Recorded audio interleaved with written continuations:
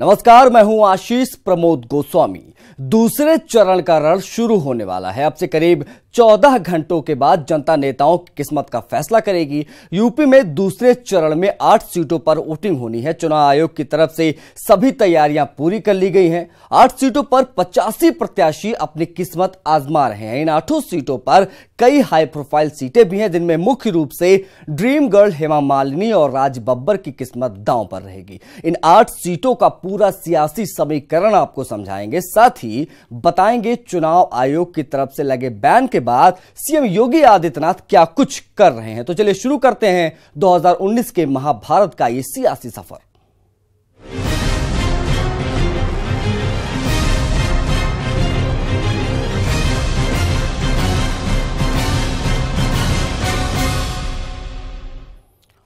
Bulletin में सबसे पहले बात योगी आदित्यनाथ की करते हैं। चुनाव प्रचार पर बैन के बाद आज धार्मिक यात्रा पर सीएम योगी आदित्यनाथ निकले।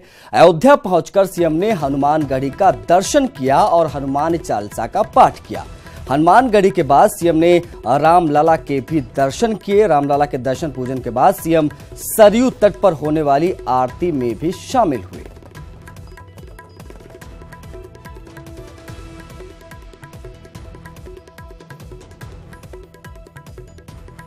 अयोध्या दौरे पर पहुंचे सीएम योगी ने हनुमानगढ़ी मंदिर में पूजा के बाद रामलला के दर्शन किए।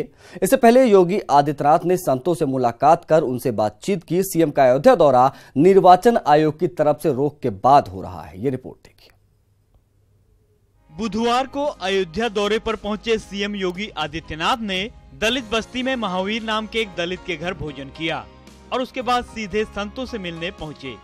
उन्होंने मणिराम दास छावनी पहुंचकर नित्य गोपाल दास से मुलाकात की। इस दौरान संतों से बातचीत भी हुई। संतों ने सीएम का गर्मजोशी से स्वागत किया। इसके बाद सीएम योगी दिगंबर अखाड़ा पहुंचे और वहां संतों से मिले। साथ ही हनुमानगढ़ी मंदिर में जाकर दर्शन और पूजन किया। अयोध्या के बाद सीएम योगी बलरामपुर जिले में स्थित शक्तिपीठ देवीपाटन भी जाएंगे। देवीपाटन मंदिर में ही उनका रात्रि विश्राम होगा। सीएम योगी के पहुंचने से संतों में काफी उत्साह दिखा। योगी काफी देर तक संतों के सानिध्य में बैठे रहे और उनसे बातचीत की। ये सीएम योगी का पूरी तरह निजी दौरा है और उनका उद्देश्य सिर्फ मंदिरों में दर्शन करना और संतों से मुलाकात करना है। Bureau report, news 18। चुनाव आयोग के बैन के बाद अयोध्या पहुंचे सीएम योगी आदित्यनाथ ने सुतहटी मालिन बस्ती का दौरा किया और दलित के घर खाना भी खाया। ये रिपोर्ट देखिए। अली बजरंगबली वाले भाषण को लेकर चुनाव आयोग के 72 घंटे बैन का सदुपयोग करते हुए सीएम योगी आदित्यनाथ अयोध्या पहुंचे। अयोध्या की मलिन बस्ती पहुंचे सीएम योगी आदित्यनाथ ने प्रधानमंत्री आवास योजना के लाभार्थी महावीर के परिजनों से मुलाकात की और उनके घर भोजन भी किया। परिजनों के मुताबिक सीएम योगी ने तरोई की सब्जी और एक रोटी खाई। थोड़ी सी सब्जी तरोई की और एक रोटी खाए। उनको बहुत अच्छा लगा कि हमारे घर आए, उनका आरती करें, उनको माला पहनाए, उनको फिर बैठाएं, उसके बाद पानी पिलाएं, उसके बाद रोटी सब्जी हमारे घर बना था। नहीं खाने कह रहे थे, हम जबरदस्ती हम लोग खिलाए, एक रोटी सब्जी खाए। बच्चों के प्यार से कहने पर उन्होंने खाया है सब्जी रोटी थोड़ी सी जी। माला उठा कर बच्चों को पिला दिया। कैसा लगा आपको?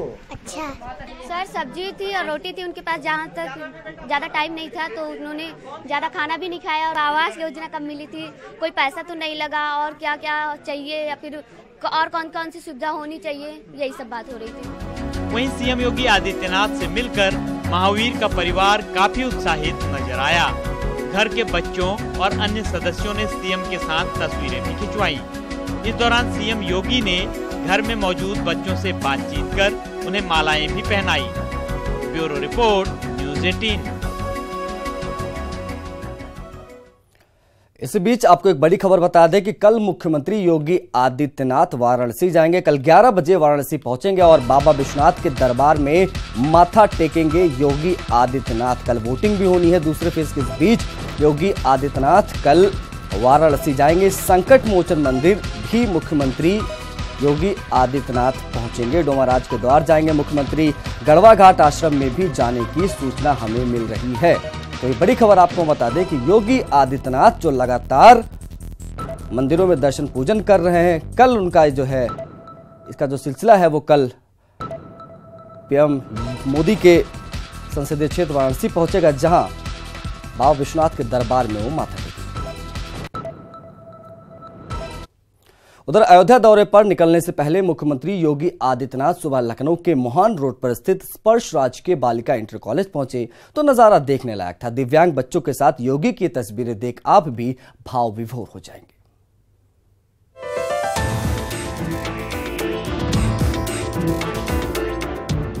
मिलता है, बहुत सुंदर। इनका नाम क्या है? सर मेरा नाम नीलम है, क्लास 8 में।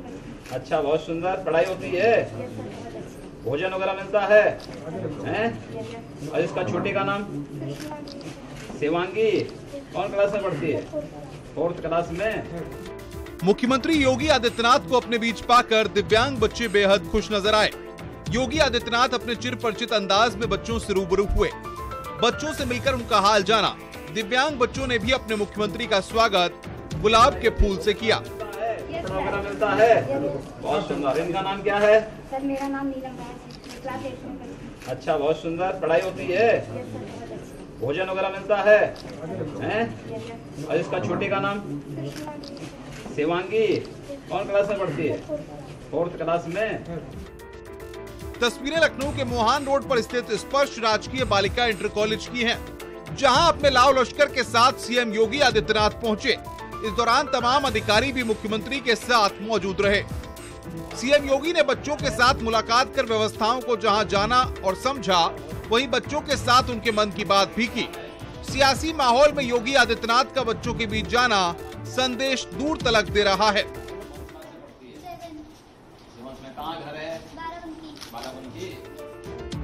दिव्यांग बच्चों से मुलाकात करने से पहले मुख्यमंत्री ने अपने आवास पर 3 तलाक पीड़ित से मुलाकात की। इस दौरान 3 तलाक पीड़ित ने मुख्यमंत्री से कई मसलों पर बातचीत की और मुख्यमंत्री को अपने साथ हुई घटना के बारे में भी बताया। Bureau report, news 18।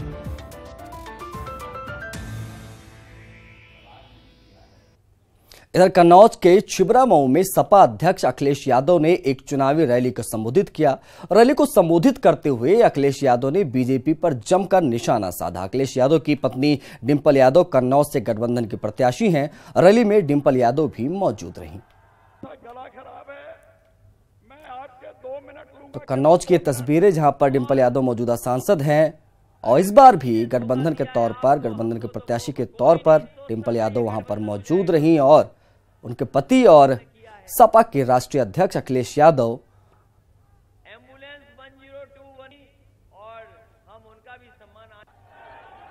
इसे बीजेपी से सावधान रहना, वो कुछ भी कर सकते हैं, कुछ भी कह सकते हैं, कुछ भी साजिश कर सकते हैं। पिछली बार साजिश की कि नहीं की उन्होंने, इस बार सावधान रहना। और पहले वो चाय वाला बनकर के आए थे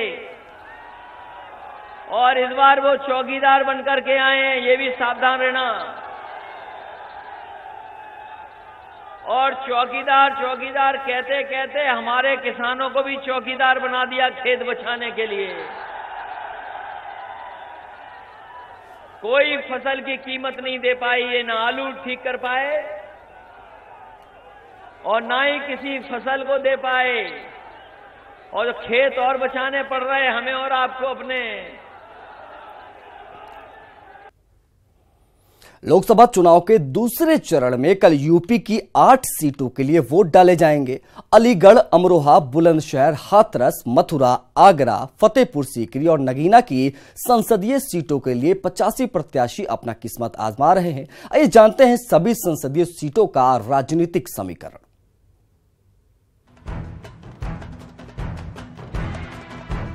दूसरे चरण में 8 सीटों पर चुनाव होने हैं। आइए सबसे पहले बात करते हैं मथुरा की। वेस्ट यूपी की इस सीट पर जाट और मुस्लिम वोटरों का वर्चस्व रहा है। 2014 में जाटों ने एकमुश्त होकर बीजेपी के हक में वोट किया। मथुरा लोकसभा क्षेत्र में कुल 17,86,187 वोट हैं। आइए अब मथुरा के बाद नजर डालते हैं नगीना लोकसभा सीट पर। इस सीट पर कुल 14,93,411 मतदाता हैं। 2014 में इस सीट पर 63.1% वोट डाले गए थे। इनमें से 6,470 वोट नोटा को पड़े थे। नगीना लोकसभा सीट अनुसूचित जनजाति के लिए आरक्षित सीट है। यहाँ 50% से अधिक मुस्लिम वोटर हैं और 21% SC वोटर हैं। नगीना के बाद नजर डालते हैं आगरा पर। आगरा दलित और मुस्लिम वोटरों का गढ़ माना जाता है। यहाँ करीब 37% वोटर दलित और मुस्लिम हैं। 2014 के लोकसभा चुनाव में यहाँ 18 लाख से अधिक वोटर थे। 2014 में यहाँ कुल 59% मतदान हुआ था। इनमें 5,161 वोट नोटा में गए थे। आगरा के बाद बात अलीगढ़ की। अलीगढ़ संसदीय सीट पर कुल 18,76,818 मतदाता हैं। इनमें करीब 20% मुस्लिम और करीब 80% हिंदू वोटर हैं। अलीगढ़ के बाद बात कर लेते हैं अमरोहा की। अमरोहा लोकसभा सीट में करीब 16 लाख वोटर हैं।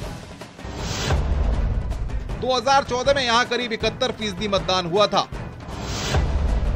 जबकि 7,779 वोट नोटा को गए थे। इस सीट पर दलित, सैनी और जाट वोटर अधिक हैं, जबकि मुस्लिम वोटरों की संख्या भी 20% से ऊपर है। तो ये बात रही अमरोहा की। अब चलते हैं बुलंदशहर। 2014 में हुए लोकसभा चुनाव के अनुसार इस सीट पर कुल 17 लाख से अधिक वोटर हैं।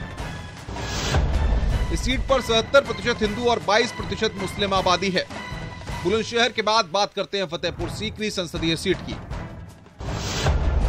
2014 के आंकड़ों के मुताबिक फतेहपुर सीकरी लोकसभा सीट पर करीब 16 लाख वोटर हैं।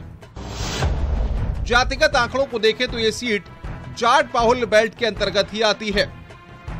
फतेहपुर सीकरी के बाद बात करते हैं हाथरस लोकसभा सीट की। इस सीट पर कुल वोटरों की संख्या 18,31,216 है। सामाजिक समीकरण के हिसाब से वोटरों की संख्या पर ध्यान दें तो इस सीट पर करीब 5,50,000 दलित वोटर हैं। इनमें 2 लाख जाटव, 1,25,000 वाल्मीकि, 1,25,000 कोरी, 1 लाख दिवाकर और अन्य 25 दलित वर्ग के वोटर शामिल हैं। अन्य वर्गों में 2,15,000 ठाकुर, 2,10,000 ब्राह्मण, 1,80,000 वैश्य, 1,40,000 जाट, 1,25,000 बघेल, 1,20,000 मुस्लिम, 1 लाख कुशवाहा, 80,000 यादव वोटरों के साथ 90,000 अन्य वोटर हैं। इन सीटों पर चुनाव के लिए आयोग ने तैयारी पूरी कर ली है। इन सभी सीटों पर सुरक्षा के पुख्ता इंतजाम किए गए हैं। Bureau report, news 18। आइए अब आपको मैप के जरिए दिखाते हैं कि किन किन लोकसभा सीटों पर कल यानी 14 घंटों के बाद मतदान होगा। तो ये तस्वीरें आप देख रहे हैं अपनी स्क्रीन पर। नगीना लोकसभा सीट जो कि काफी अहम सीट मानी जा रही इस बार, अमरोहा की लोकसभा सीट इस बार, बुलंदशहर और अलीगढ़ की जो काफी अहम सीट सतीश गौतम यहां से बीजेपी के कैंडिडेट है, मथुरा जो कि high profile seat Hema Malini यहां से मुकाबले में है, हाथरस की लोकसभा सीट। इसके बाद अगर हम बात करें तो आगरा जो कि काफी अहम सीट है इस बार गठबंधन के लिहाज से, और फतेहपुर सीकरी ये वो हाई प्रोफाइल सीट है जहां पर इस बार राज बब्बर बड़े चेहरे के रूप में नजर आएंगे। तो हम आपको आपकी टीवी स्क्रीन पर मैप के जरिए 8 लोकसभा सीटों की तस्वीर दिखा रहे हैं जहां कल करीब 85 प्रत्याशी अपनी किस्मत आजमाते नजर आएंगे। नगीना, अमरोहा, बुलंदशहर, अलीगढ़, मथुरा, फतेहपुर सीकरी, आगरा जो तमाम सीटें हैं, 8 सीटें हैं जहां पर कल दूसरे फेज में मतदान होगा।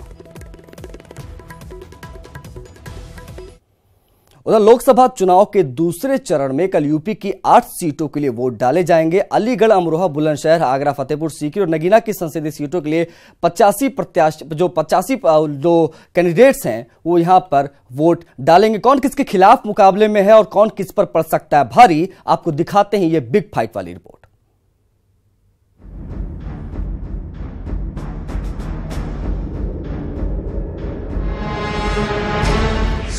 दूसरे चरण का सियासी रण,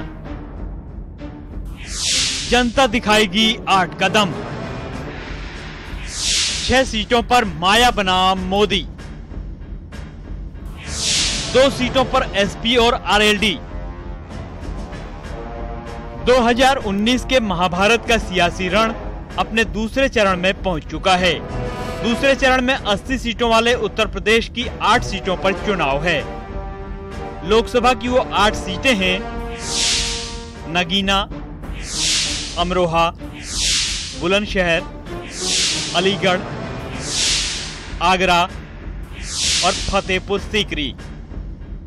यहाँ माया के महारथियों का मुकाबला मोदी के सिपह सालारों से है, जबकि हाथरस सीट पर एसपी और मथुरा सीट पर आरएलडी के उम्मीदवार मैदान में हैं। सबसे पहले बात करते हैं कान्हा की नगरी मथुरा की।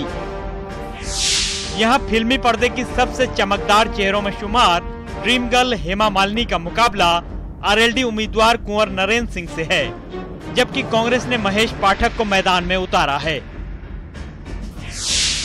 बात ताजनगरी आगरा की करें तो यहाँ से बीजेपी उम्मीदवार एसपी सिंह बघेल का मुकाबला माया के महारथी मनोज कुमार सोनी से है, जबकि कांग्रेस ने प्रीता हरित को चुनावी मैदान में उतारा है। फतेहपुर सीकरी लोकसभा सीट पर राजकुमार चाहर का मुकाबला बीएसपी उम्मीदवार राजवीर सिंह से है और कांग्रेस के सितारे राज बब्बर मुकाबले को दिलचस्प बना रहे हैं। अलीगढ़ लोकसभा सीट पर भी मुकाबला दिलचस्प है। बीजेपी के सतीश गौतम यहां से किस्मत आजमा रहे हैं, जबकि हाथी पर सवार अजीत बालियान मुकाबले के लिए तैयार हैं।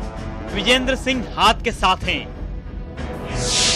अमरोहा लोकसभा सीट पर बीजेपी ने कंवर सिंह तंवर को कमल खिलाने की जिम्मेदारी सौंपी है, जबकि सचिन चौधरी हाथ के साथ हैं और दानिश अली माया के महारथी बनकर मैदान में उतरे हैं। बुलंदशहर में बीजेपी के भोला सिंह का मुकाबला कांग्रेस के बंशी सिंह से है। इस लोकसभा सीट पर बीएसपी के टिकट पर योगेश वर्मा किस्मत आजमा रहे हैं। हाथरस लोकसभा सीट पर राजवीर सिंह दिलेर बीजेपी से उम्मीदवार हैं, जबकि रामजी लाल सुमन सपा से गठबंधन के उम्मीदवार हैं और कांग्रेस ने त्रिलोकी राम को मुकाबले में उतारा है। नगीना सीट पर बीजेपी के डॉक्टर यशवंत सिंह के मुकाबले में गिरीश चंद बसपा से गठबंधन के उम्मीदवार हैं, जबकि ओमवती देवी को कांग्रेस ने चुनावी मैदान में उतारा है। यानी दूसरे दौर के सियासी महाभारत के लिए नेताओं ने जोर आजमाइश कर ली है। अब जनता की बारी है। 80 के अखाड़े में दूसरे दौर में 8 सीटों पर जनता तैयार नेताओं की किस्मत ईवीएम में कैद करने के लिए। Bureau report, news 18। आइए अब समझते हैं जिन सीटों पर चुनाव होने हैं उनका सियासी इतिहास और राजनीतिक समीकरण। सबसे पहले बात मथुरा की करेंगे। धार्मिक नगरी और भगवान कृष्ण की नगरी के रूप में पहचान रखने वाली मथुरा लोकसभा सीट यूपी की हाई प्रोफाइल सीटों में से एक है। यहां से भाजपा की ओर से ड्रीम गर्ल हेमा मालिनी चुनाव मैदान में है। पिछली बार उन्होंने बड़े अंतर से जीत हासिल कर सभी को चौंकाया था। आइए जानते हैं इस लोकसभा सीट का सियासी इतिहास और समीकरण।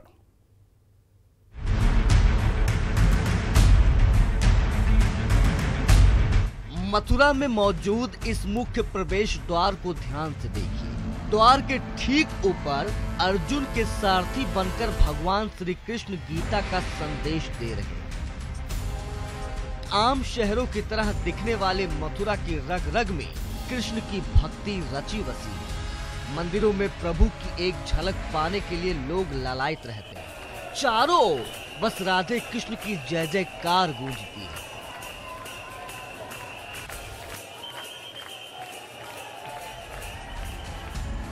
क्योंकि इन दिनों सियासी माहौल है, इसीलिए बीजेपी प्रत्याशी ड्रीम गर्ल भी सार्वजनिक स्थलों पर जाकर सेल्फी लेने में व्यस्त है। मथुरा के राजनीतिक माहौल को समझने के लिए सबसे पहले यहाँ के सियासी इतिहास को समझना जरूरी है। 1952 में हुए पहले और उसके बाद दूसरे चुनाव में यहाँ से निर्दलीय प्रत्याशी ने जीत दर्ज की।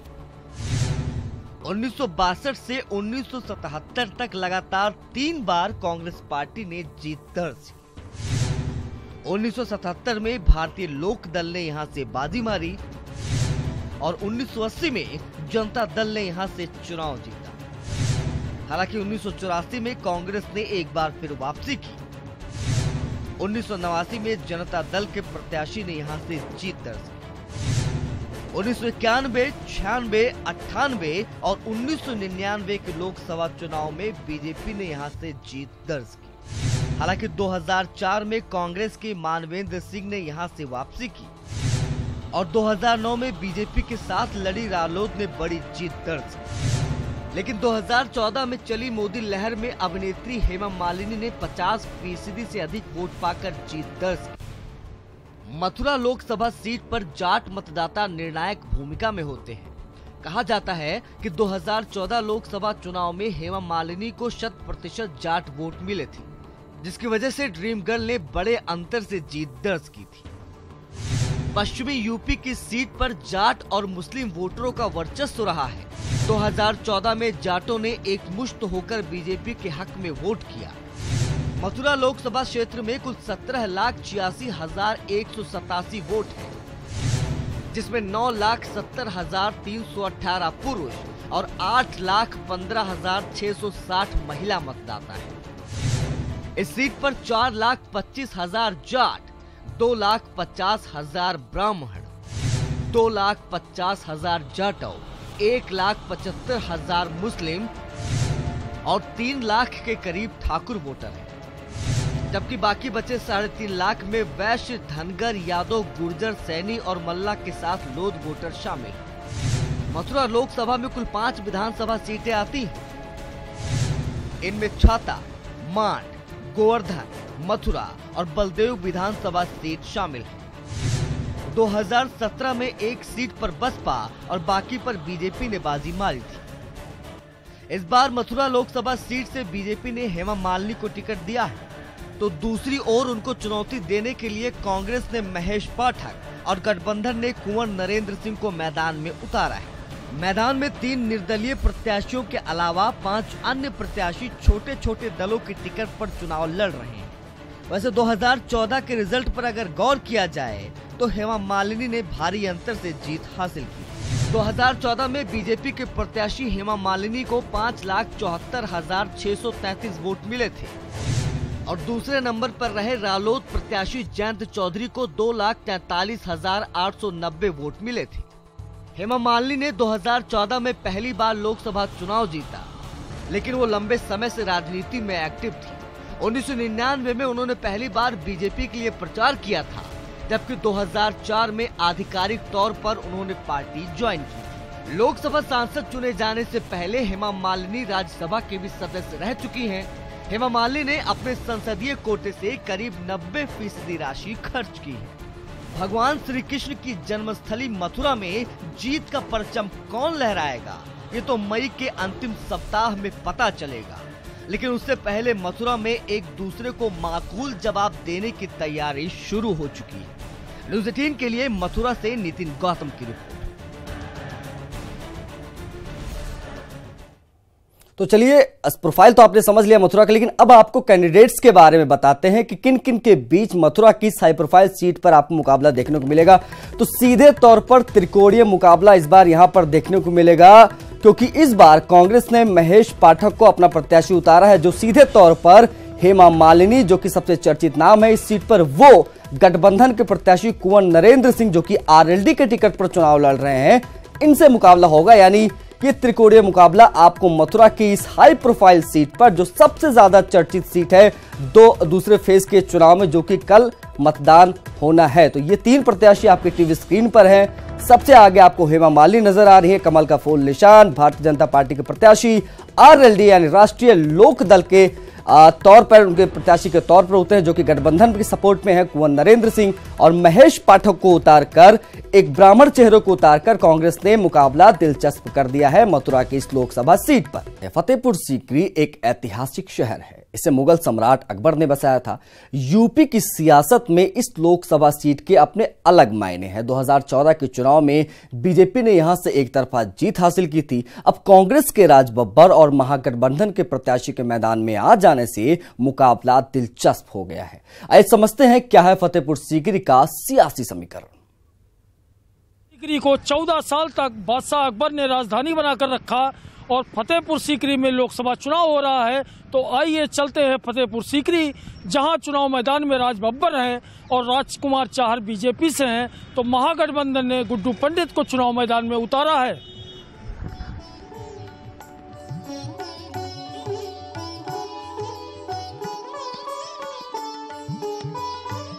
मुगल काल में फतेहपुर सीकरी को बादशाह अकबर ने बसाया था और 1571 से 1585 तक राजधानी बनाकर रखा था।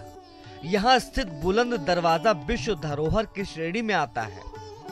फतेहपुर सीकरी हिंदू और मुस्लिम वास्तुशिल्प के मिश्रण का सबसे अच्छा उदाहरण है। यहाँ बनी हुई फतेहपुर सीकरी मस्जिद, दीवाने खास और 5 महल आज भी लोगों के लिए आकर्षण का केंद्र है। आज भी बुलंद दरवाजे के साथ लाल पत्थरों से सजी फतेहपुर सीकरी की दीवारें यहाँ की बुलंद विरासत का प्रमाण है। लेकिन उस जमाने में पानी के संकट से परेशान होकर बादशाह अकबर ने यहाँ से राजधानी को आगरा शिफ्ट कर दिया और जल की ये समस्या आज भी इलाके में बरकरार है।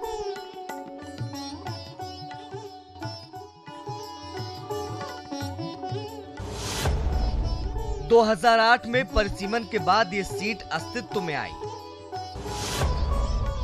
और 2009 में हुए पहले चुनाव में बसपा ने जीत दर्ज की।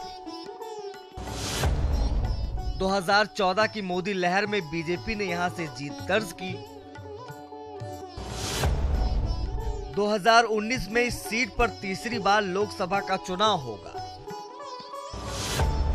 इस बार पुराने सभी प्रमुख प्रत्याशी चुनाव मैदान से गायब हैं।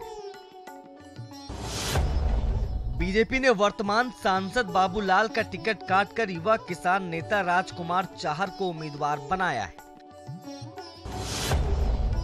कांग्रेस ने अभिनेता और पार्टी नेता राज बब्बर को मैदान में उतारा है।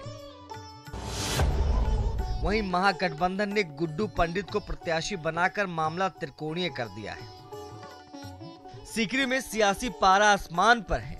जरा सुनिए स्थानीय वोटर्स का क्या कहना है। यहाँ पे पानी की समस्या बनी हुई है। काफी समय से पहले भी पूर्व सांसद रहे, किसी ने पानी की समस्या को समाधान नहीं कराया और यहाँ पे बेरोजगारी का बहुत बड़ा मुद्दा है और पर्यटकों की सुविधा के लिए यहाँ पे कोई सुविधा नहीं है। यहाँ इंटरनेशनल एयरपोर्ट होना चाहिए। फतेहपुर सीकरी में काफी पर्याप्त जगह पड़ी हुई है, काफी खंडर जगह भी पड़ी हुई है। यहाँ पर न कोई सांसद न कोई विधायक, उन्होंने कभी समझा नहीं कि फतेहपुर सीकरी को बड़े स्तर पर पैसा लगाया जाए और पैसा सैंक्शन कराया जाए सरकार से। बेरोजगारी यहाँ पर बिल्कुल, यहाँ पर रोजगार की कोई आज तक तमाम चुनावी वादे करते हैं, नेता आते हैं, लेकिन किसी ने भी यहाँ पर रोजगार के लिए कोई ऐसा काम नहीं किया है। यहाँ पर ये अकबर की राजधानी रहा, हिंदुस्तान की राजधानी था अकबर के टाइम में, लेकिन ऐसा कोई यहाँ डेवलपमेंट हुआ नहीं है। यहाँ का जो बुनियादी ढांचा है वो बिल्कुल चरमराया हुआ है।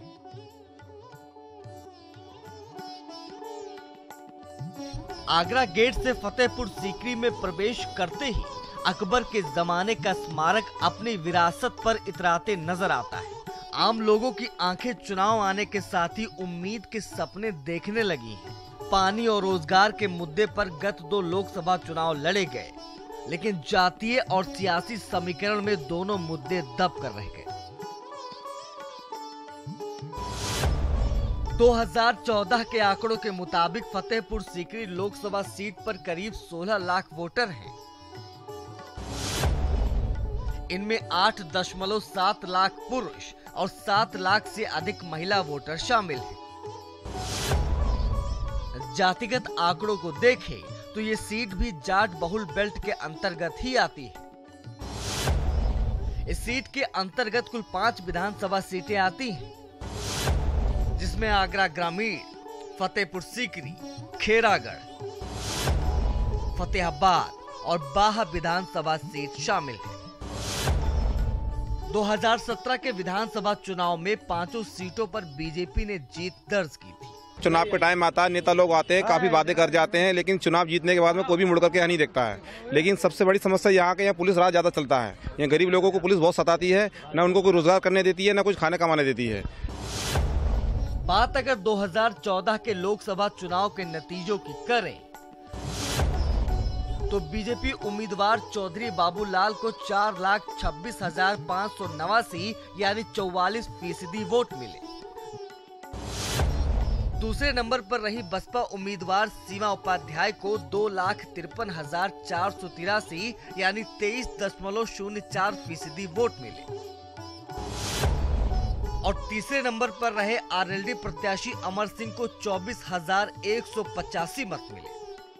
यहां से सांसद चौधरी बाबूलाल काफी पुराने नेता रहे हैं। उन्होंने 1977 में जिला पंचायत सदस्य के तौर पर शुरुआत की, जिसके बाद वह 2 बार विधायक भी रहे। 2002 की यूपी सरकार में उन्होंने बतौर मंत्री भी काम किया। 2014 में वह पहली बार लोकसभा सांसद चुने गए। अभी भी वह संसद की कई कमेटियों के सदस्य हैं, लेकिन पार्टी ने इस बार उन पर विश्वास नहीं जताया है। कभी मुगलों की राजधानी रही फतेहपुर सीकरी इन दिनों बुनियादी सुविधाओं के अभाव का रोना रो रही है। चुनाव आते ही लोगों ने पानी और रोजगार की समस्या को लेकर अपनी आवाज बुलंद करनी शुरू कर दी है।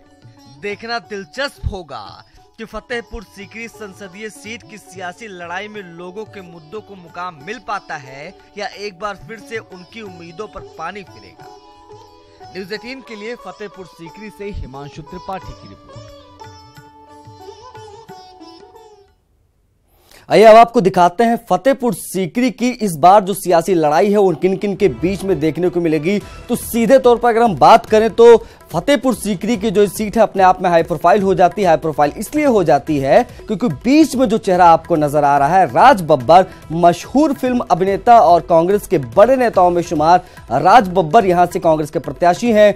राजकुमार चाहर को भाजपा ने अपना प्रत्याशी घोषित किया इस सीट पर बाबूलाल का टिकट काटकर, और तीसरा नाम है राजवीर सिंह का। तो ये बड़ा नाम आपको हम दिखा रहे हैं। 3 प्रत्याशी जो इस बार फतेहपुर सीकरी से चुनाव लड़ते नजर आएंगे।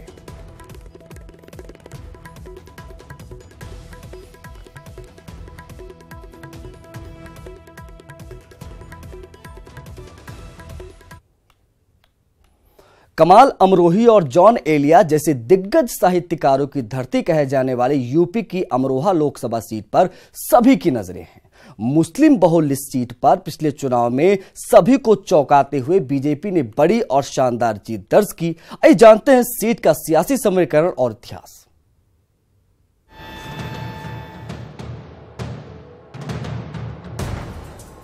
रसीले आम और विशेष प्रजाति की मछली के लिए मशहूर अमरोहा की कहानी काफी खास है। यहाँ हजरत शाह विलायत की एक दरगाह भी है, जहाँ जहरीले बिच्छू भी आकर संत बन जाते हैं। वो किसी को काटते नहीं हैं।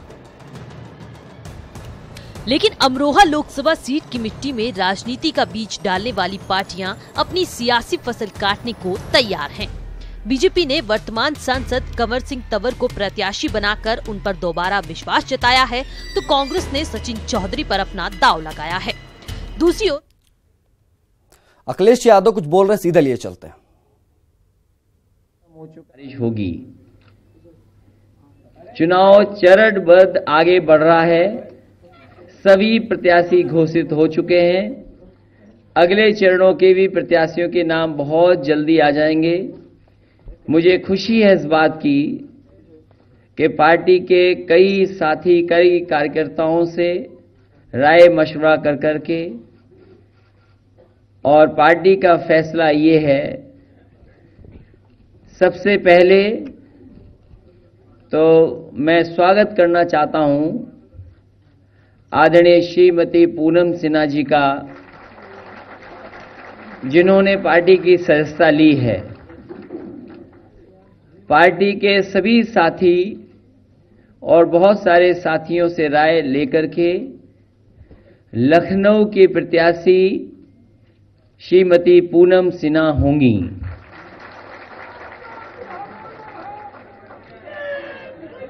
वैसे तो देश में बहुत मुद्दे हैं, देश में कई सवाल उठेंगे, समय समय पर मुद्दे बदलेंगे भी।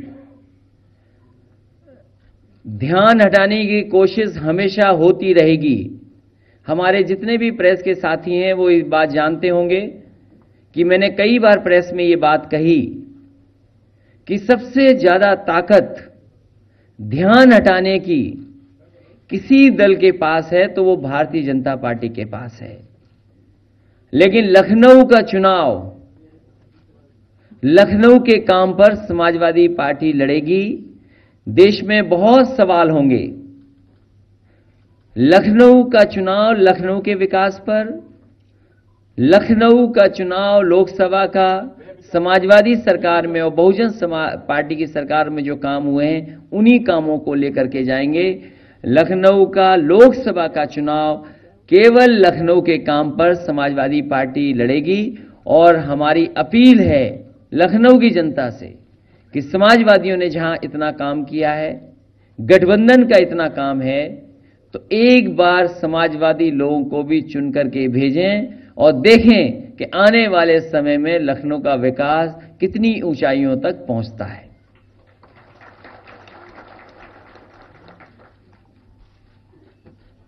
मैं प्रेस के सभी साथियों का भी धन्यवाद देता हूं।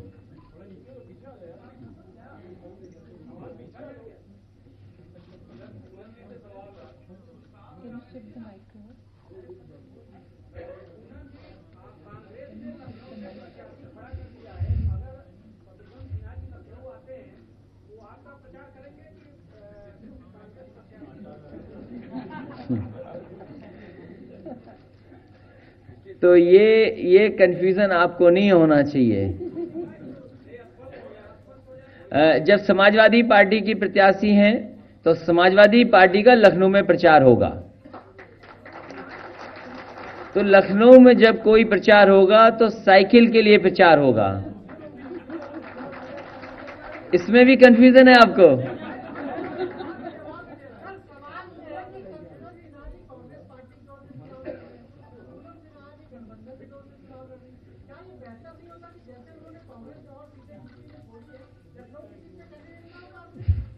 ये भी गठबंधन की खूबसूरती है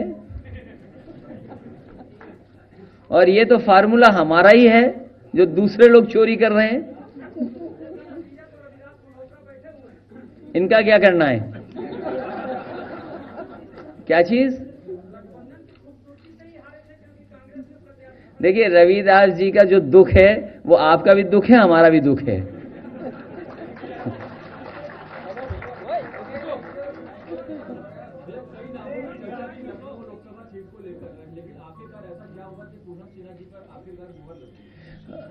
ये पार्टी का फैसला है और लखनऊ में कहा यह जाता है कि शुरुआत कभी महिला प्रत्याशी से ही हुई थी। सबसे पहली सांसद भी महिला रही हैं यहां। तो हमें समाजवादियों को लगता है, क्योंकि बहुत सारे लोग तारीख दिखा के समय देख करके काम करते हैं, इस बार समाजवादियों ने यह भी काम करके देखा है।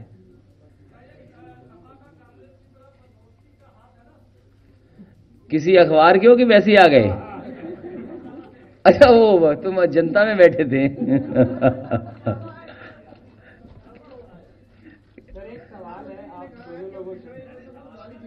जी जी जी, आप समाजवादी पार्टी को समझते हैं और जो गठबंधन है बहुजन समाज पार्टी उसको भी आप जानते हैं। कई मौकों पर सपा, बसपा और आरएलडी ने साफ कहा है और किया है कि हमारा गठबंधन सक्षम है भारतीय जनता पार्टी को रोकने के लिए। अखिलेश जी, आप जवाब दे चुके हैं, लेकिन एक सवाल जो है डिम्पल जी से और पूनम जी से है कि जो आजम खान का जो मुद्दा है, बीइंग लेडी, इस पे आपका क्या रिप्लाई है? क्योंकि जिस तरीके से उसकी चारों तरफ क्रिटिसिज्म हो रही है, आप क्योंकि दोनों लोग महिला हैं और आपका उस पर क्या कहना है? पहले मैं बता दूं, फिर दोनों लोग बता देंगे, तो 3 लोग जवाब देंगे तुम्हारे एक सवाल का। देखिए, समाजवादी पार्टी को बार बार ये नहीं कहना चाहिए और न कहना चाहता हूं मैं, जितना समाजवादी पार्टी में महिलाओं का, बेटियों का, लड़कियों का किया है वो कभी दूसरे दल से कम नहीं है। और मैं कई मौकों पर कहा हूं, शायद जब पहली बार मैंने बोला होगा तो आप नहीं रहे होंगे इस प्रेस कॉन्फ्रेंस में। मैंने कहा है कि ध्यान हटाने की सबसे ज्यादा ताकत अगर किसी के पास है तो भारतीय जनता पार्टी के पास है। मैं उन भारतीय जनता पार्टी के लोगों को याद दिलाना चाहता हूं कि जब कभी भी कोई आता है लखनऊ और खासकर पुलिस से संबंधित अगर कोई मामला है कि किस तरीके से टेक्नोलॉजी ने पुलिस को बदला है या पुलिसिंग को किस तरीके से बदला गया है, रिस्पांस सिस्टम क्या बदला गया है, लड़कियों को और बेटियों को सुरक्षा देने के लिए क्या व्यवस्थाएं बदली हैं, तो सबसे पहले देश की जितनी भी पुलिस आती है वो 100 नंबर को देखती है, फिर 1090 को भी देखती है। और शायद आप में से बैठे हुए बहुत सारे इस बात के गवाह होंगे कि कई प्रेस कॉन्फ्रेंसेस या कई जो आईपीएस के बड़े बड़े फंक्शंस हुए हैं जिसमें नेशनल लेवल के ऑफिसर्स आए हैं, वो आपने कवर किए होंगे 100 नंबर की बिल्डिंग में जाकर के।